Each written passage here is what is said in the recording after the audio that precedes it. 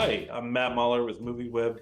It's a pleasure to speak with you, especially about this film. It's such a specific snapshot of a feeling, and I think you and Stephen Fry, I mean, it's perfect pairing. You're both erudite but huggable, so it's like this wonderful casting.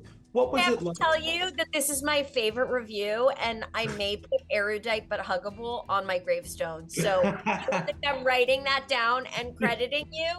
You have another thing coming, and that means your clear and lovely assessment of the movie means so much. Thank you.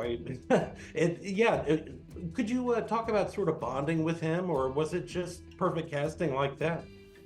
From the minute we met, so we agreed that we were going to work together, and we had a table read, and we both showed up wearing yellow and burgundy striped shirts. Literally just his had to do with like a team because he loves teams. I think it had something to do with cricket because I he had to explain to me how cricket is played and what tools it involves, et cetera, et cetera.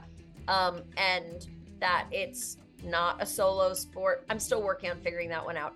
That being said, we showed up literally dressed alike and we took a photo and we're like, this is ridiculous. And I have to say, from the day that we landed in Poland at, the beginning of February to the day that we left in May, we started a conversation that just did not end. And probably every interesting party topic I have to talk about came from Stephen Fry.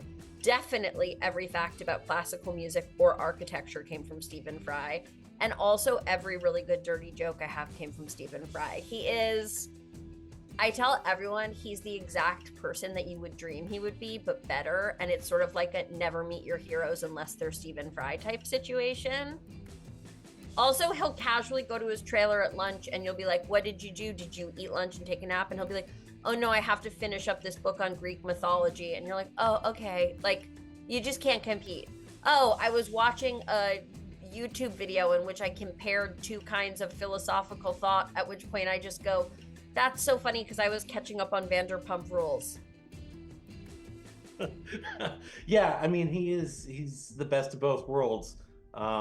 Yeah, but your character here is very solemn, and it sure shows the generational difference. He's protective of this trauma, while you are wanting to explore it.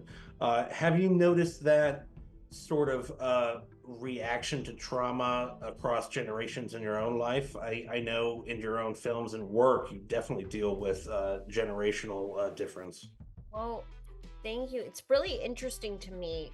I think it's something I've often explored in relationships in my own work with women, how women deal with feminism, how women deal with trauma, how women have dealt with painful attention around their sexuality, and the difference between maybe, first wave, second wave, third wave feminists, how they're in dialogue with each other.